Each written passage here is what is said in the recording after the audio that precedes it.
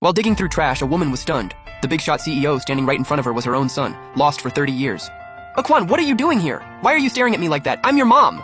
The CEO looked her up and down, weathered face, plain clothes, a countrywoman, and drew a complete blank. They'd never met, had zero connection. But the raw certainty in her eyes sent a strange chill through him. Ma'am, I think you've got the wrong guy. Don't joke with your mom. Even with a shaved head, I know my own son. Come on, come with me, ma'am. This is CEO Zhao. You've got the wrong person. Hearing CEO Zhao hit her like a bucket of ice water, every bit of joy she had just got wiped out, replaced by embarrassment and heartbreak.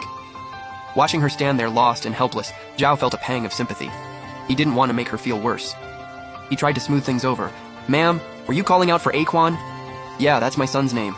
Mine too. Wait, you're also called Aquan? But that only made her more worked up.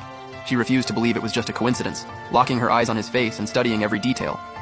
How could the world be this cruel? The same features, the same name, everything identical.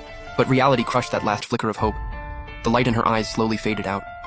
She stopped arguing. She just dropped her head and quietly walked away. That hunched silhouette carried 30 years of regret and despair, and Zhao stood there, unable to shake it.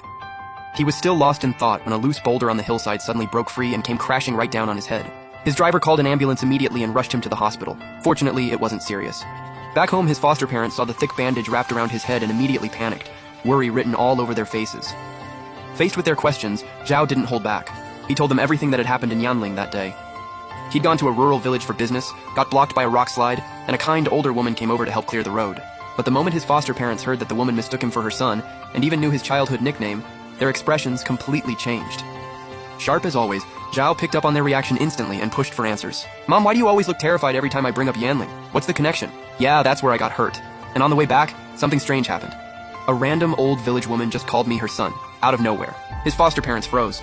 Voices shaking, they asked, how would she even know to call you that? He told them she'd just gotten the wrong guy.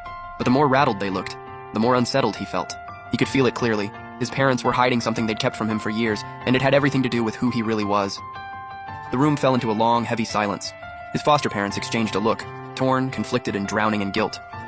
30 years of secrets, 30 years of walking on eggshells. The truth couldn't stay buried any longer. It was time. Aquan, there's actually something we've been meaning to tell you for a long time. A story. What kind of story? Turns out, the successful CEO with his polished life wasn't their biological son at all. 30 years ago, he was just a newborn, abandoned on the street by his own parents, lying alone in the cold. His foster mother stumbled across him, barely clinging to life. The only thing beside him was a tiny cloth pouch. Stitched neatly onto the fabric was a single character, Quan. That was his only identity. They were simple, kind-hearted people. They couldn't just leave a newborn to die in the street, so they took him in and named him Aquan. They raised him like their own flesh and blood, modest income, humble life, but they never let him go without. He was bright and hardworking from day one, always near the top of his class.